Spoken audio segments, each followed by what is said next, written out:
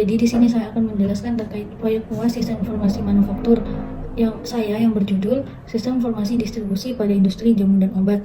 Baik, jadi pertama saya akan menjelaskan terkait latar belakang, masalah yang terjadi, solusi serta hasil desainnya itu sendiri. Oke, jadi yang pertama saya menjelaskan latar belakangnya itu sendiri. Latar belakangnya itu industri jamu dan obat ini itu merupakan industri terbesar yang ada saat ini. Dengan industri ini itu merupakan kategori produk jamu tradisional. Nah, industri ini itu memiliki lebih dari 300 jenis produk yang berkualitas tinggi.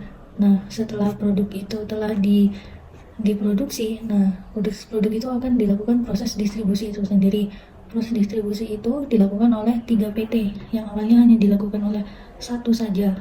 Nah, tetapi terjadi masalah karena satu PT ini melakukannya distribusi itu dilakukan secara manual. Karena seiring berjalannya waktu dengan permintaan yang banyak dan produksi yang banyak, akhirnya memiliki 2 anak cabang lagi. Nah, yang satu ini juga mengurusi di bagian Indonesia, dan 1 anak cabang lagi ini yang ketiga itu untuk di bagian luar negeri, khususnya untuk negara Nigeria.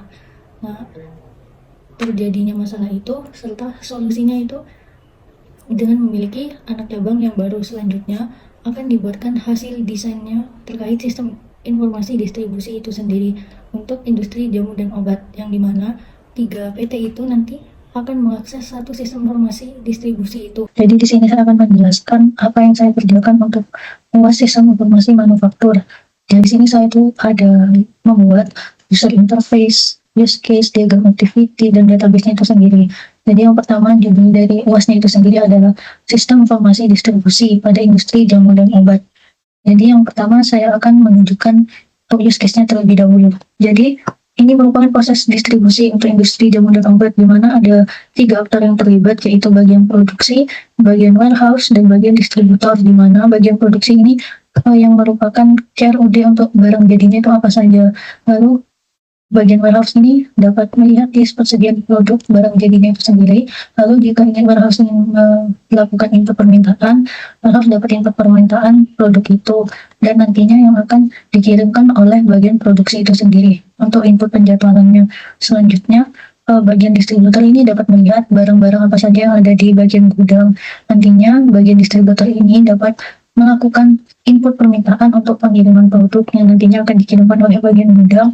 Lalu bagian gudang dan bagian distributor ini dapat melakukan konfirmasi penerimaan produk jika produk itu sendiri telah diterima. Oke, untuk selanjutnya lebih jelasnya saya tunjukkan untuk diagram activity dan user interface-nya. Jadi di mana ini dapat diakses oleh bagian produksi dan sistemnya melakukan apa. Bagian produksi ini klik menu produk barang jadi, lalu nanti sistem akan menampilkan formnya. Selanjutnya nanti itu ada button. Nah, nanti bagian produksi dapat klik button tambah data. Selanjutnya sistem dapat mengirimkan form input tambah datanya. Nah, di sini nanti bagian produksi ini dapat input apa saja yang ada di form itu sendiri. Lalu sistem dapat menyimpan data. Selanjutnya jika bagian produksi ingin melakukan update, bagian produksi ini dapat klik button update dan sistem menampilkan form editnya. Selanjutnya bagian produksi ini mengedit apa saja yang ingin diedit dan sistem menyimpan data tersebut. Selanjutnya jika bagian produksi ingin melakukan delete, itu ada button delete di sebelah bagian produksi, button edit. Nanti akan memunculkan pop-up verifikasi penghapusan terkait data yang dipilih. Jika yakin ingin menghapus, klik button yes, dan jika tidak jadi menghapus, dapat klik button no. Selanjutnya bagian sistem ini akan menghapus data yang dipilih. Jadi kalau hanya penjelasan seperti itu mungkin bingung ya. Jadi saya akan menunjukkan user interface-nya itu sendiri. Nah, user interface-nya itu seperti ini. Jadi ini untuk list barang produk jadinya. Pertama klik button produk jadi, lalu menampilkan halaman produk jadi. Jika bagian produksi ingin menampilkan button menambahkan data, klik button tambah data, lalu muncul form input seperti ini. Setelah terisi semua, lalu klik button save, dan jika edit, dapat klik button update, lalu sistem nanti akan memunculkan form update produknya itu sendiri. Dan jika melakukan edit, klik button. Jika melakukan delete, dapat klik button delete. Nah, nanti sistem akan menghapus. Akan muncul pop-up seperti ini, dan user dapat memilih yes atau no gitu.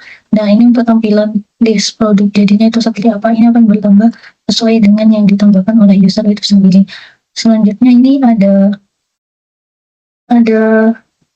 diagram activity untuk input permintaan produk oleh bagian warehouse. Untuk aktivitasnya sama seperti produk barang jadi seperti tadi itu sama, dan untuk user interface-nya juga sama seperti ini, tergantung menu apa yang dipilih oleh user, seperti itu. Selanjutnya ada activity diagram untuk permintaan produk oleh distributor, dan ini untuk user interface-nya. Untuk selanjutnya ada untuk user interface-nya itu seperti ini. Untuk stok barang masuk seperti ini, sama seperti tadi, cuma tergantung menu apa yang dipilih. Selanjutnya ini yang untuk stok barang keluar. Next, ini input permintaan pengiriman produk oleh bagian warehouse. User interface-nya seperti ini. Next, informasi penerimaan produk oleh warehouse. Nah, di sini ada form penolakan. Ini form penolakan itu dapat diisi catatan, misalnya produk yang diminta habis atau tidak sesuai dengan jumlah permintaannya. Selanjutnya di sini ada kelas diagramnya. Itu di sini ada tabel master dan tabel transaksi. Di sini saya akan menunjukkan poster dari yang termasuk salah satu proyek dari UAS itu sendiri. Nah, di sini ada poster sistem informasi distribusi pada industri jamu dan obat. Selanjutnya saya akan menunjukkan dokumentasi proyek UAS sistem informasi manufaktur itu sendiri yang berupa pameran